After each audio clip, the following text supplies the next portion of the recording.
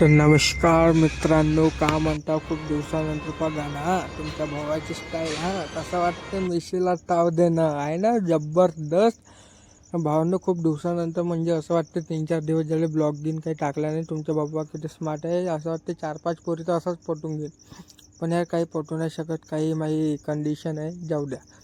भावांनो इकडला पाहिजे जे काय काम होतं ते सर्व केलं वाटत साला इथे आग होते ना, साला काय काही होतं नाही.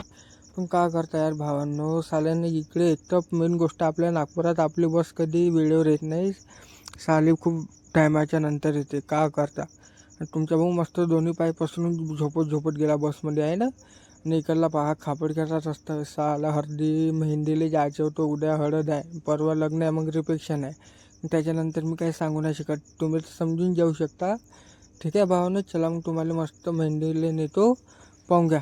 इतका मस्त नजारा आहे, अरे वा वा वा वा वा वा.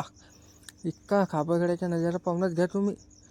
इकडे इकडे पहा मस्त माझ्यासाठी लाईट होते, पण माझ्यासाठी लाईट नव्हते, ते वरात जात होते कोणाची तरी नाही का. मग मी साला विचार करतो साला मला लग्न करू. हे बा का म्हणतो बा, ऐकून घ्या तुम्ही. नाही मला कसा कर हे नाही की जाऊ द्या. मेहंदीचा कार्यक्रम आहे इथं मस्त. आता या भाऊची जिंदगी आता कसं मेहंदी आहे, उद्या मग हळद आहे, मग लग्न आहे, मग कशी लग्न जिंदगी बरबाद होते. मग आजी म्हणते हा मस्त व्हिडिओ बनवतो तर लग्न करून देतो. मग मी भावांना लाजलो आणि घरात गेलो नाही, म्हटलं मला लग्न नको करून द्या म्हटलं. ठीक आहे म्हणलं भावांनो. आणि यार भावना यार लाईक वगैरे करा ना यार, का तुम्हाला नाही वाटत तुमचा भाऊ समोर केला पाहिजे म्हणून. या लवकर लवकर करा, पटापट करा. चला मग भेटूया आपण एक ब्लॉगमध्ये. चला मग बाय.